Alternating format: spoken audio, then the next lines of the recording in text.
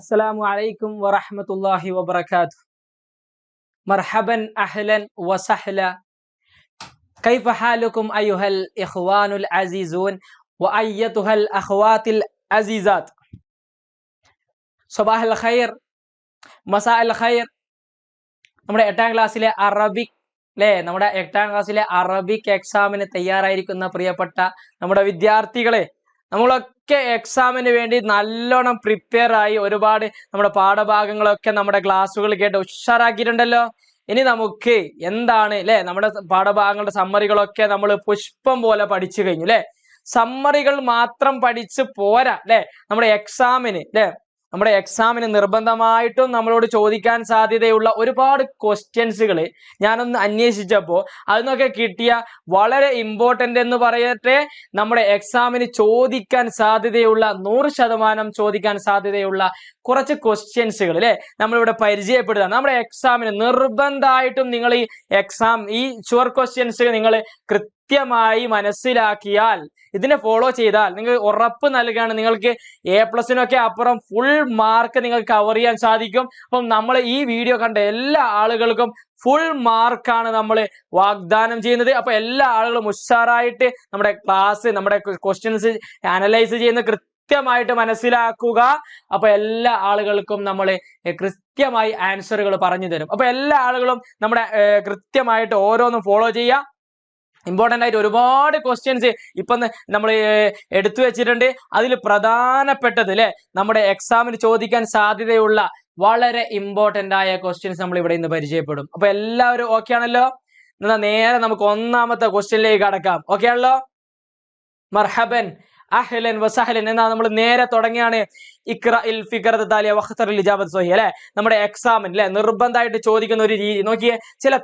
ഒരു പാരഗ്രാഫ് അങ്ങ് മേലെ കൊടുക്കും അതിനുശേഷം ഒരു പാരഗ്രാഫ് കൊടുത്തതിന് ശേഷം നേരെ പിന്നെന്താ ചോദിക്കുക, അതിന്റെ അടിയിൽ കുറച്ച് ക്വസ്റ്റ്യൻസ് അങ്ങ് കൊടുക്കും ആ പാരഗ്രാഫിൽ വെച്ച് നമുക്ക് ഈ ചോദ്യം ഉണ്ടാക്കാൻ എത്ര സിമ്പിൾ ചോദ്യം നമുക്ക് എത്ര സിമ്പിൾ ആയിട്ട് അതിന്റെ ആൻസറുകൾ എഴുതാം എത്ര സിമ്പിൾ ആയിട്ട് എഴുതാം. അപ്പൊ എല്ലാവരും നമ്മുടെ പാഠഭാഗത്തിലേക്ക് ശ്രദ്ധിച്ചേ.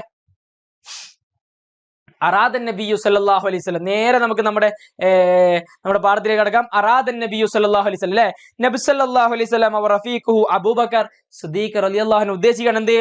അൽ ഖുറൂജ ഇലൽ മദീന, മദീനയിലേക്ക് പുറപ്പെടാൻ ഉദ്ദേശിക്കും. പെട്ടെന്ന് ഞാൻ പാരഗ്രാഫ് പെട്ടെന്ന് അർത്ഥം വെക്കുന്നുണ്ട്. അതിനുശേഷം അടുത്ത ചോദ്യങ്ങൾ സിമ്പിൾ ആയിട്ട് നമുക്ക് പറയാം. നോക്ക്. ഫജഹസത് അസ്മാഉ ബിൻത് അബീ ബക്കർ അത്വആമ വസിക്ക ആര്? അബൂബക്കർ സിദ്ദീഖ് റളിയല്ലാഹു മകളായ അസ്മാ റളിയല്ലാഹു അൻഹ അവർക്ക് ഭക്ഷണവും വെള്ളവും എല്ലാം തയ്യാറാക്കി കൊടുക്കും. വശക്കത്തിൽ ഫതാതു നിതാഖഹ നിസ്ഫൈനി, എന്നിട്ട് അവരെന്താകും 2 ഭാഗമാക്കി അതിനെ കെട്ടുല്ലേ. എന്നിട്ട് ഫറബദത് ബിഹദി മൽകിസ വബിസാനിയ സിക ഒന്നിൽ കീസും ഒന്നിൽ വെള്ളവും ഉണ്ടാകും. ഫഖാല നബി സല്ലല്ലാഹു അലൈഹി വസല്ലം അബ്ദലകല്ലാഹു ബിനിതാഖി ഹാദാ നിതാഖിനി ഫിൽ ജന്ന ഈ നിതാഖ് ഇങ്ങനെ നീ കയറ് കെട്ടിയില്ല, അതിന് പകരം നിനക്ക് സ്വർഗ്ഗത്തിൽ മറ്റൊരു നിതാഖുകൾ നിനക്ക് അല്ലാഹു നൽകുന്ന 2 നിതാഖുകൾ നൽകട്ടെ എന്ന് പ്രവാചകൻ സല്ലല്ലാഹു അലൈഹി വസല്ലം അബൂബക്കർ സിദ്ദീഖ് റളിയല്ലാഹു അൻഹുവിന്റെ മകൾക്ക് വേണ്ടി ദുആ ചെയ്യും ദുആ ചെയ്യും. ഓക്കെ അല്ലേ? ഓക്കെ.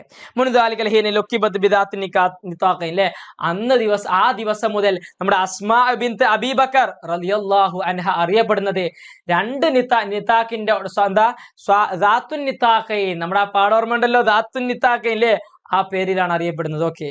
ഇനി ഇസ്മു റഫീഖിൻ നബി സല്ലല്ലാഹു അലൈഹി വസല്ലം ഫിൽ ഹിജ്റ, നമ്മുടെ ഒന്നാമത്തെ ചോദ്യം. എത്ര സിമ്പിൾ ചോദ്യം ഈ നമ്മുടെ ഇപ്പം മേലെ പറഞ്ഞിട്ടേ ഉള്ളൂ, എന്നിട്ട് ആ ചോദ്യം തന്നെ അടിയിലും കൊടുത്തു. എത്ര സിമ്പിളാ. ഇസ്മു റഫീഖിൻ നബി സല്ലല്ലാഹു അലൈഹി വസല്ലം ഫിൽ ഹിജ്റ, ഹിജ്റയിലെ നബി സല്ലല്ലാഹു അലൈഹി വസല്ലമയുടെ കൂട്ടുകാരന്റെ പേരെന്താണ് മോനെ എന്ന് ചോദിച്ചാൽ നമുക്ക് എന്താ? അബൂബക്കർ അബൂബക്കർ അവ്വലുൽ ഖലീഫ ബഅദ നബി സല്ലല്ലാഹു അലൈഹി വസല്ലം അബൂബക്കർ സിദ്ദീഖ് റളിയല്ലാഹു അൻഹു. അത്ര എഴുതിയാൽ മതി നിങ്ങൾ. അവ്വലുൽ ഖലീഫ അങ്ങനെ ഒന്നും എഴുതണ്ട, അബൂബക്കർ സിദ്ദീഖ് റളിയല്ലാഹു അൻഹു. ഓക്കെ. ലഖബു അസ്മാ ബിൻത് അബീ ബക്കർ അബൂബക്കർ സിദ്ദീഖ് റളിയല്ലാഹു അൻഹുവിന്റെ മകളായ അസ്മാ ബിൻത് അബീ ബക്കർ റളിയല്ലാഹു അൻഹ അറിയപ്പെടുന്നത് അറിയപ്പെടുന്ന എന്ത് പേരിലാണ്? ദാത്തുൻ നിതാഖൈൻ. സിമ്പിൾ ആണ്. ഇനി അബ്ദലകല്ലാഹു ബിനിതാഖിക ഹാദാ നിതാഖൈനി ഫിൽ ജന്ന മൻ ഖാല ഹാദാ. ആരാണ് ഇത് പറഞ്ഞത്? ആരാ പറഞ്ഞത്? പറഞ്ഞേ. പ്രവാചകൻ മുഹമ്മദ് മുസ്തഫ സ്വല്ലല്ലാഹു അലൈഹി വസല്ലമയാണ് പറഞ്ഞത് അല്ലേ. ഓക്കെ, ഇനി അടുത്തൊരു ക്വസ്റ്റ്യൻ നമുക്ക് കാണാം. നോക്കി, ഇക്തശിഫ് ഗൈറൽ മുത്തജാനിസ് അല്ലേ, ജിൻസ് അല്ലാത്തത് അല്ലേ, ഏതാണ് കൂട്ടത്തിൽ പെടാത്ത? നമ്മൾ ഈ ബാലരമയിലൊക്കെ കാണുന്നത് പോലെ ഏതാണ് കൂട്ടത്തിൽ പെടാത്തതെന്ന് ചോദിക്കും അല്ലേ. ഒരുപാട് ഫ്രൂട്ട് ഉണ്ടാവും, ഒരു പച്ചക്കറി ഉണ്ടാവും, ഒരു പച്ചക്കറി ഉത്തരാങ്ങി ചെയ്തു അല്ലേ. അതുപോലത്തെ ഒരു കൂട്ടത്തിൽ പെടാത്ത സിമ്പിൾ ആയിട്ട് നിങ്ങൾക്ക് തന്നെ ഉത്തരം പറയാൻ പറ്റുന്നത് എത്ര ഞാൻ പറയേണ്ട ആവശ്യമില്ല, നിങ്ങൾ എന്നെ ഇപ്പം തന്നെ പറഞ്ഞിട്ടുണ്ടാവും അല്ലേ ഓരോരുത്തർ.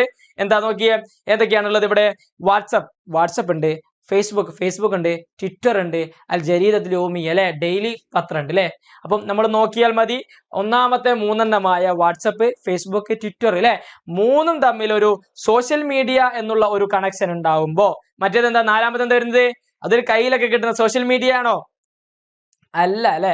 ഒരു എന്തല്ല, ഒരു എന്താ പറയാ, നമുക്കൊരു ഡിവൈസ് ഒന്നും ഉപയോഗിച്ചുള്ള സാധനമല്ല, നമുക്ക് എഴുതിയിട്ടുള്ള സാധനമാണ് അല്ലെ. ജരീദത്തുൽ യൗമിയ്യ, ഡെയിലി പത്രം, സാധാ ന്യൂസ് പേപ്പറില്ലേ, അതാണത്. അപ്പൊ അതാണ് ഒറ്റപ്പെട്ടത്. ഓക്കെ അല്ലേ? ഏതാണ് ഒറ്റപ്പെട്ടത്? അൽ ജരീദത്തുൽ യൗമിയ്യ. ഓക്കെ. ഇനി കമ്മിൽ ഹസ്ബത്ത് തിറാസ് അല്ലെ, ഈ പാറ്റേൺ പൂർത്തീകരിക്കാൻ പറയുന്നുണ്ട്. ഇവിടെ ഒരു പാറ്റേൺ കൊടുത്തത്, ഇവിടെ ജംഅകളാണ് നമ്മൾ കണ്ടത് അല്ലെ.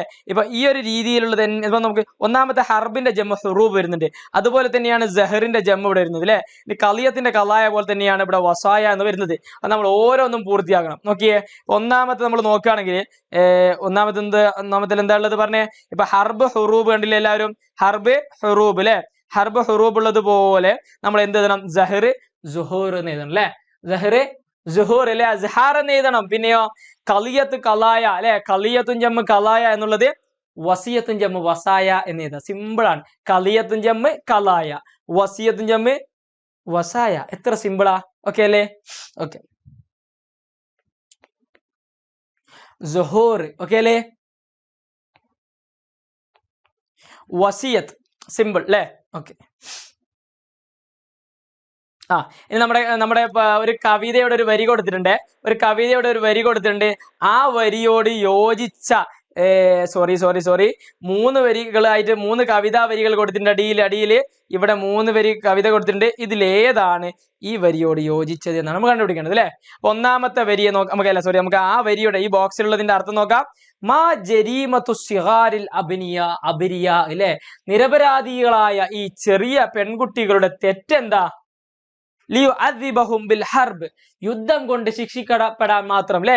യുദ്ധം കൊണ്ടില്ലേ, നമ്മളൊക്കെ പഠിച്ച യുദ്ധം കൊണ്ട് പാവപ്പെട്ട നിരപരാധികളായ ആളുകൾ ശിക്ഷിക്കപ്പെടുന്നുണ്ട്. അപ്പൊ യുദ്ധം കൊണ്ട് ശിക്ഷിക്കപ്പെടാൻ മാത്രം ഈ നിരപരാധികളായ പെൺകുട്ടികൾ എന്ത് തെറ്റാണ് ചെയ്തത് അല്ലെ. നോക്കാം, നമുക്ക് അതിന്റെ ഓരോ കവിതയും അർത്ഥം വെക്കാം. അതിലേതാണ് യോജിച്ചത് എന്ന് നമുക്ക് നോക്കാം അല്ലെ.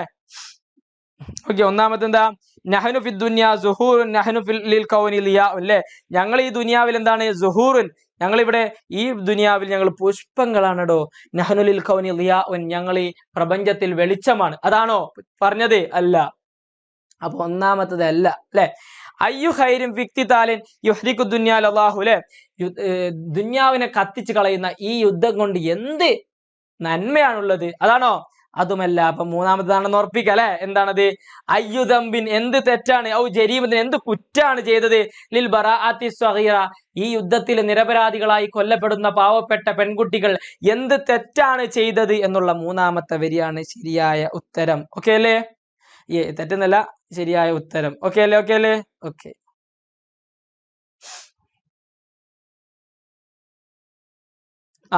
ഇനി അടുത്തൊരു ചോദ്യം കാണാം. തറജിം ഇലാ ലുഗത്തിൽ അല്ലേ, നിന്റെ മാതൃഭാഷ ഏതാ?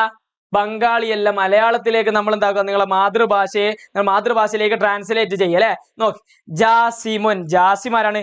ദാരിസുൻ ഫിസാമിൻ അല്ലെ, 8ാം ക്ലാസ്സിൽ പഠിക്കുന്നവനാണ് ജാസിം.